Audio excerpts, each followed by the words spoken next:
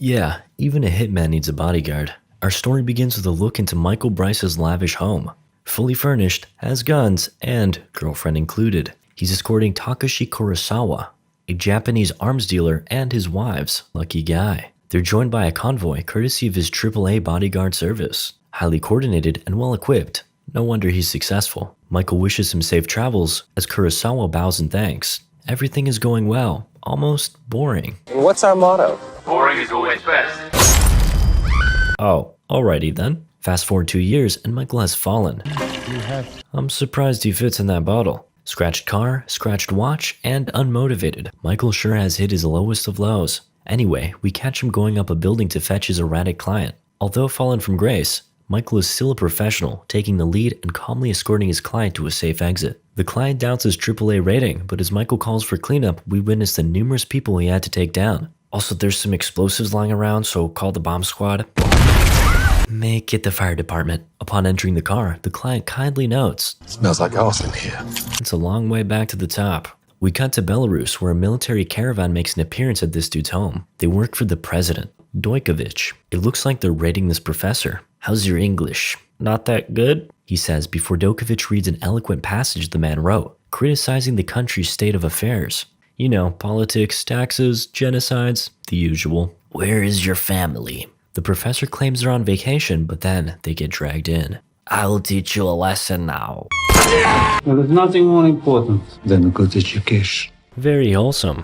Gary Oldman plays the best villains. Fast forward to the future, and this was all a memory the professor was recounting in front of the International Criminal Court. He adds that after his family's execution, he was taken to one of the president's internment camps for 3 years. Without any evidence, this is merely hearsay. Such is Lady Justice, blind and at times unfair. This is an ongoing trial over the alleged atrocities of the former president Dukhovich. Numerous emotional testimonies without strong evidence leaves the prosecution weakened. And disappearing witnesses does not help. Dukhovich is accused of being a brutal dictator, responsible for, cleansing. In Manchester, we meet the hitman, Darius Kincaid, currently being offered a chance to free his wife in exchange for testimony against Dukhovich. She's innocent, but okay. Sonia goes free. You simp.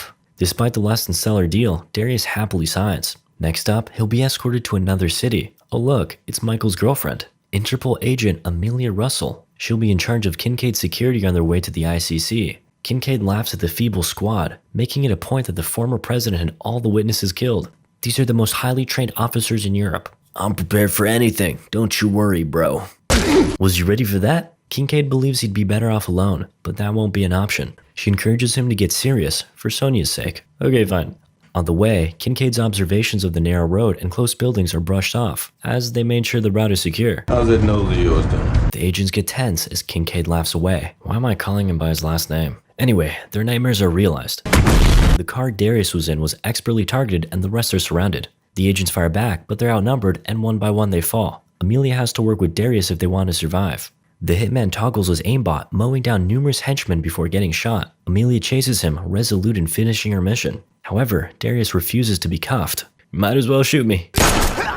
Oh, thanks. He adds that the Interpol must be compromised, so they head to a nearby safe house. At the safe house, Interpol is calling, but to Darius's behest, Amelia doesn't answer. Instead, we're back with Michael as Amelia calls him. To his dismay, it's not a booty call. She instructs him to go to their address while bringing 3 batches of blood. What is he, a vampire? Haha. Michael's uncooperative, playfully denying her plea for help. Amelia's out of options, so she threatens to expose his work to the Interpol, which would make his climb back to the top impossible. Oh, you're threatening me now. Not you, her. Must have been a messy breakup. Michael is forced to agree. Back to the scene of the ambush, Interpol agents update the director. Realizing there's a leak, she sends the assistant director to get information from Dukhovich. She also instructs him to increase the security around Darius' wife, Sonia. I don't know, I wouldn't trust this guy. In Amsterdam, we meet Sonia, who receives a call from her attorney. What do you want, you useless piece of sh**? Oh, it's her husband. That somehow made it worse. Thank you. Must be their love language. Darius operates on himself and advises Sonia to make a shank, to protect herself. But it's a Dutch prison. What are they gonna do? Beat me with a clog. Anyway, like any good wife, she grills him for being a lousy husband. When's our anniversary? He can't answer as he's busy finishing up the operation. Is something wrong? Sonia grows a bit concerned, but he assures her everything is fine. Then he serenades her. Romantic. Sonia erupts, even the guards are afraid. And don't get me started on her cellmate. You can stay in timeout. Michael arrives at the safe house. and it's a warm welcome. Amelia does her best to explain the situation, but Michael is stuck in the past. He still blames her for the Japanese guy. I was up here, then I opened up to you. I revealed a client's name for the first time because I loved and trusted you. Now I'm down here. The dead guy's up here. Remember, she's an Interpol agent, and he thinks she used him to rise up the ranks. Darius can't help but overhear the soap opera and gets up to listen closer. Without a doubt, it was a messy breakup. Michael keeps spewing complaints until finally, I never Appreciation used is you. so much I that just you left you. you couldn't forgive me for something I didn't even do. He's down for the count, and Amelia points him to his high-value transport. He walks over, and they longingly stare into each other's eyes. What the? Oh, they already know each other. Wonderful. After a small back and forth, Michael is left pinned to the wall. So how long I've been waiting for this? Kinky. However, Michael gains the upper hand with a kick to the leg, but Darius ends up with the blicky, though he eventually faints from blood loss. Alright, let's carry him back to his room. You get the legs. I'll get the nostrils. That's one way to do it. Back to the boomers, the former president is listening to a news broadcast as Interpol's assistant director, the totally not obvious mole, talks to him about wanting payment. Okay, things didn't quite go according to plan, but Darius is practically a sitting duck now. It's only fair that you still pay me.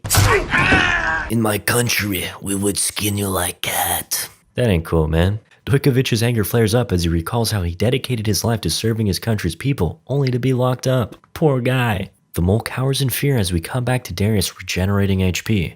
Michael expresses his annoyance over protecting a man who nearly killed him 28 times. Amelia pushes him into escorting Darius to safety, noting her connections and ensuring his return to elite status if he does this. Why would I trust you? Because I've never lied to you, Michael. You're terrible at almost everything, but you're good at keeping people alive. Thanks, I guess. Amelia adds that as a bonus, he won't see her ever again. Michael is definitely down bad, but pretends he's not, so he acts delighted. We come back to Madam Director, still clueless over the Assistant Director's treachery. She receives a report that a safe house was activated without authentication. Suspecting it's Darius, she sends a team over. Meanwhile, the Assistant Director promptly informs his actual boss. The bad guys make their own preparations, and so we meet several henchmen speaking Russian, or whatever. Ivan is their alpha, and he demands Darius's head, but not in the fun way. Back to Darius, who wakes up cuffed, but dressed up. So, almost kinky. He complains about the lame hipster clothes and the underwear. Apparently, he prefers the free ball. Kind of based. Uh-oh, the Interpol and the henchmen are here. So Michael gets to work and assures Darius that he's here to protect him from harm's way. But I am harm's way. very cool. The building is filled with agents and minions, but they somehow sneak away with relative ease. Just kidding. Darius insists on making a lot of noise. The hitman doing his thing leaves the bodyguard pissed. After all, everyone is alerted to their presence. They head for the rooftop, but stealth proves useless as a helicopter detects them. Michael carefully analyzes the situation, but there's no time for that, so More intelligent way.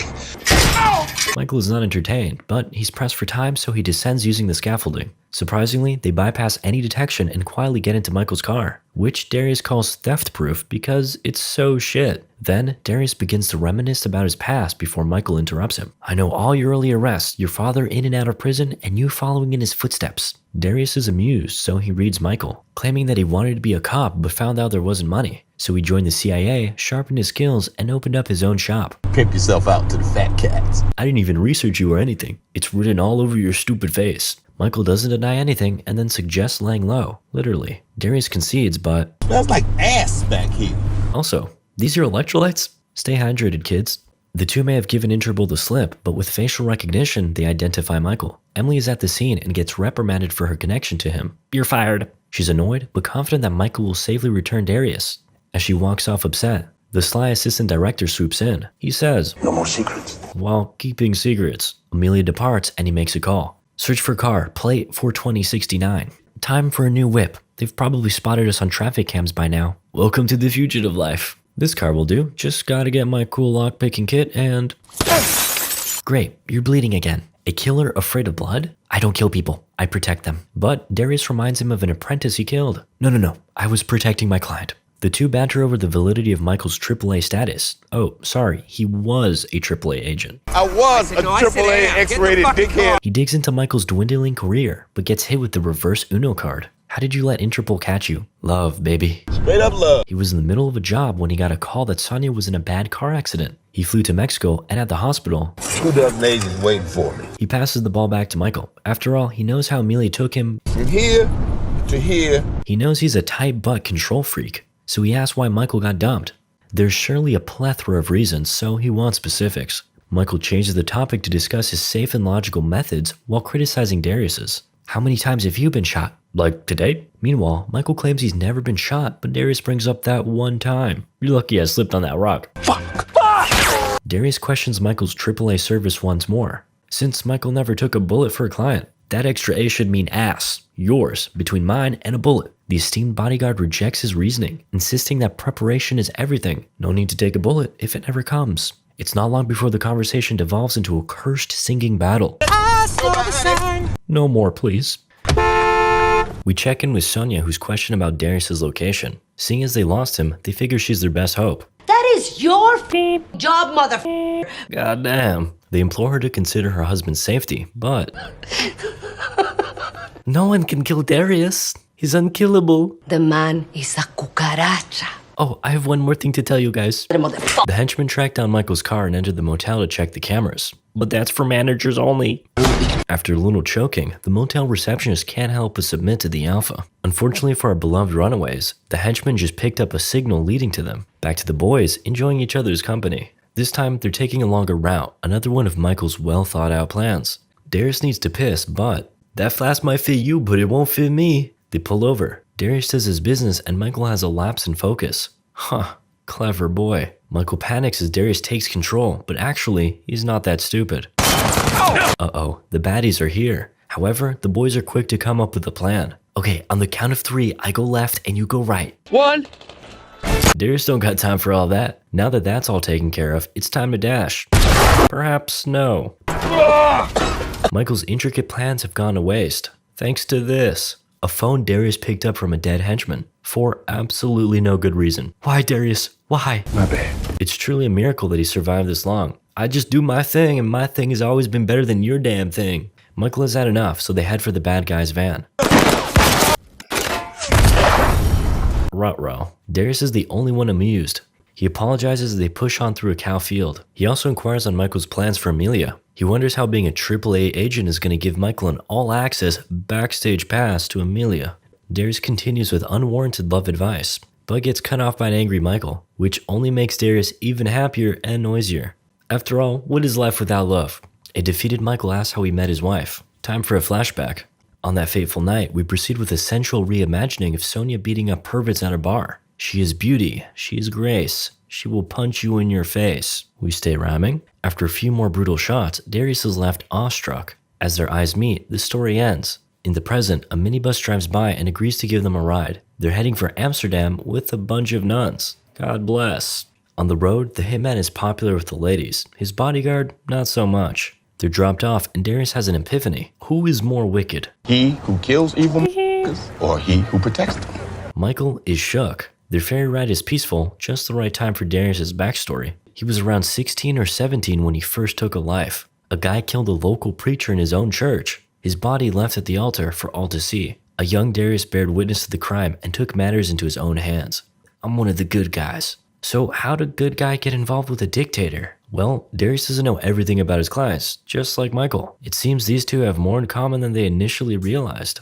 The pair safely make it into the safe house, but Michael doesn't remember his passcode, so it's time for a magic trick. As Michael opens the door, Jesus Christ. Darius reveals that he has wall hacking enabled. Darius has to wash up, so he heads upstairs. 4 more hours until deadline. At the court, Dukhovich's lawyer denounces Darius's reliability as a witness given the circumstances. However, the court maintains that because Sonia is the one being set free and not him, it's chill.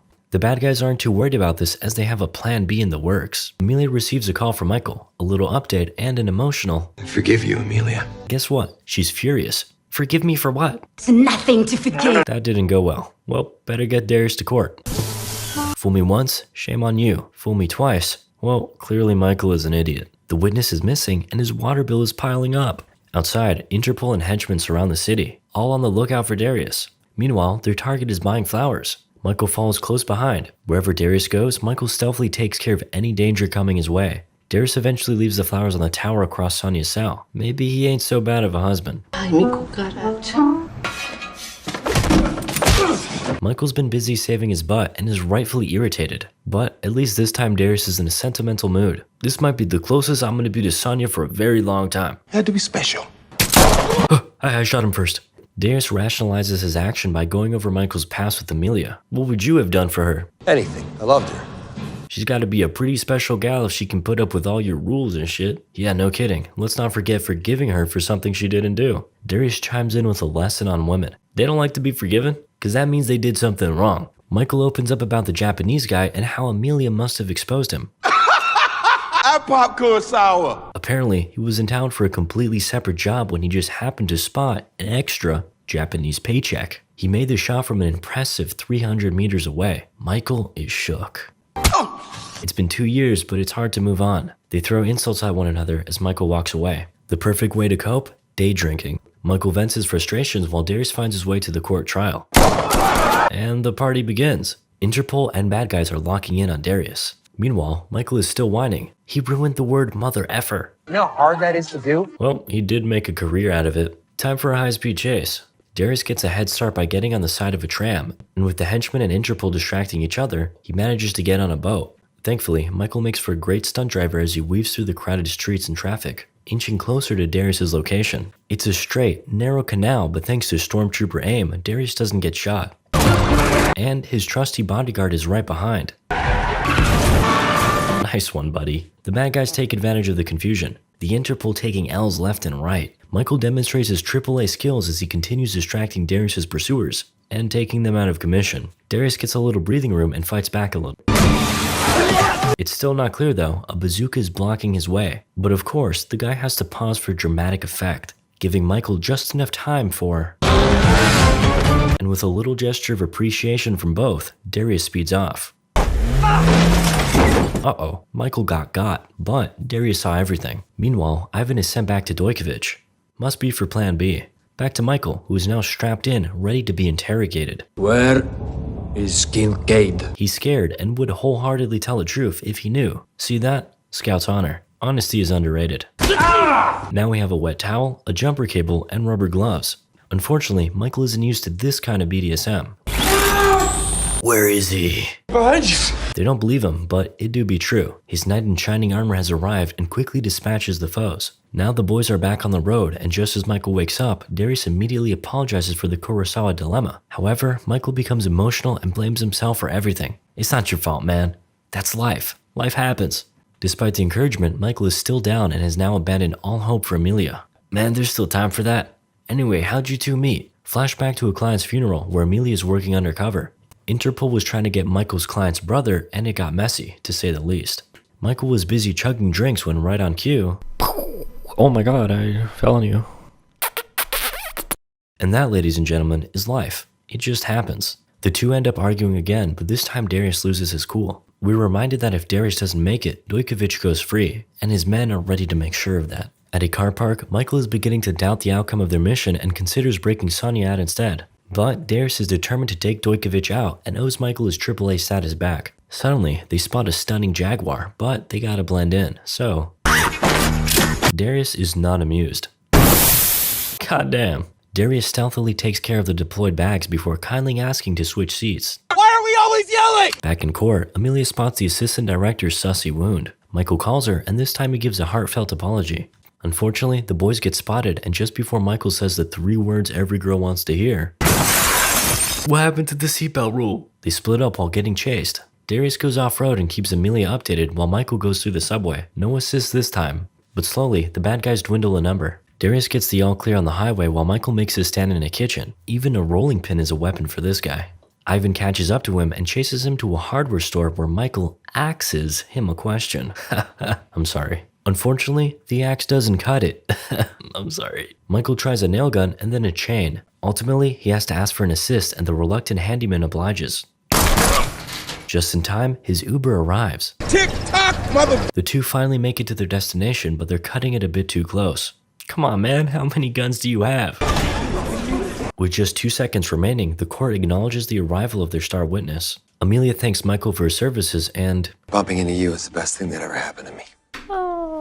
He's back in, boys. The witness gets sworn in. His real name is Darius Evans. He elaborates on his past. We come to learn that the preacher he avenged was in fact his father. He confesses he never worked for Dukhovich, but they've met. In Dukhovich's palace, Darius declined an assassination job offered to him. He refused when he spotted Dukhovich ordering the slaughter of a village. I'm not down with killing innocent people. And he's got evidence. Password is Dukhovich is a dick, all caps, except dick is lowercase. classy. Multiple images pop up on screen, and if that's not hard evidence, I don't know what is. Naturally, this causes a commotion. Dukhovich signals for plan B and he takes a stand. And of course, the cowardly mole runs away. Dukhovich ridicules the lengthy trial and confirms he is guilty on all charges. I am the rightful ruler of Belarus. But he goes on a tantrum. My nation, my rules. I recognize no authority that limits my power. Amelia runs after the assistant director while the court is in chaos, and Plan B is in full motion. They restrain the rampaging director while the truck speeds towards the building. The former dictator makes the most of the chaos and takes aim. That's what I call AAA service. Oh damn, no joke. He really did just take a shot. A worried Darius calls for medical attention, but Michael implores him to finish Dukhovich. Dukhovich's men hijack a hospital helicopter, and another mole takes care of his escorts. Amelia is preoccupied with that rat while Darius hunts down Dukhovich. Darius reaches the rooftop but is intercepted by a knife-wielding goon. Meanwhile, Amelia is getting choked, but not in the fun way. Fortunately, a barely conscious Michael pulls up and saves the day. Back to our hitman, he's finally caught up to Mr. Bad Guy. But the helicopter arrives. Oh, did I do that? Dukhovich laughs at Darius' attempt at a heroic act, emphasizing that there's no redemption, no atonement for a man like him. He beckons to be finished, but stresses that Darius will not change. He doesn't care. You Falafel. when you shot my bodyguard. With an impressive Spartan kick, Dukhovich is no more. Cut to the lovebirds, reconciling and thinking about the future. Darius disturbs their moment of peace and his deal is granted. Sonia will be going free. Amelia heads off and Darius congratulates Michael on his all-access backstage pass to Amelia's assets. Michael tempts Darius into running away, but he's gotta make sure that Sonia's free. Then I do my thing. Sometime later, we're at a bar. Darius has broken out of prison and the couple reunite for a slow dance on their anniversary.